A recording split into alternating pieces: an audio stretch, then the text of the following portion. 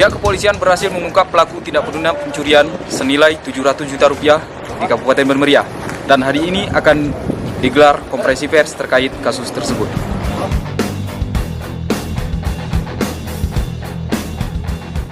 Pada hari ini, Kamis 29 September 2022, pukul 10 waktu Indonesia Barat, Polres Bener Meriah menggelar konferensi pers terkait pengungkapan tindak pidana pencurian uang senilai 700 juta rupiah dan pencurian alat eskavator senilai 250 juta rupiah. Itu tersangka dengan inisial RJ, umur 40 tahun, pekerjaan wira swasta, warga komplek Pale, RK 6, Desa Putar, Kecamatan Kayu Agung, Kabupaten Ogan Komering Ilir, tentunya di Provinsi Sumatera Selatan. Ini adalah salah satu eksekutor.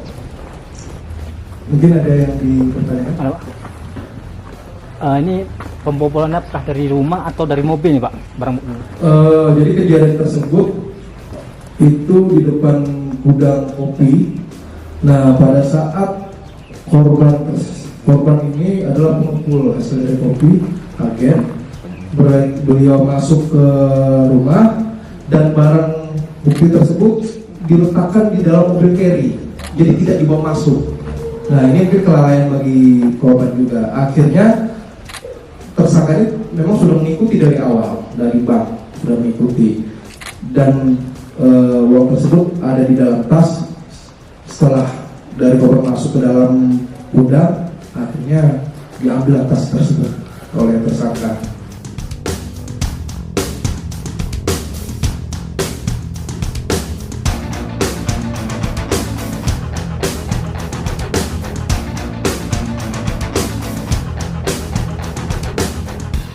Baik, nanti saya akan bersama jajaran dalam hal ini Kasat Bimas akan mensosialisasikan kepada masyarakat tentang beberapa bahaya-bahaya atau kriminalitas yang ada di wilayah Bener Meriah.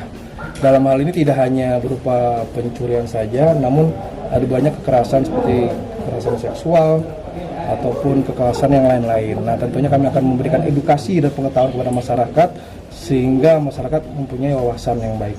Apabila ada terjadi permasalahan atau terjadi kriminalitas yang ada di Bener Meriah, bisa langsung infokan kepada kami. Dalam hal ini mungkin bisa dari Babin Kamtibmas ataupun polsek-polsek terdekat.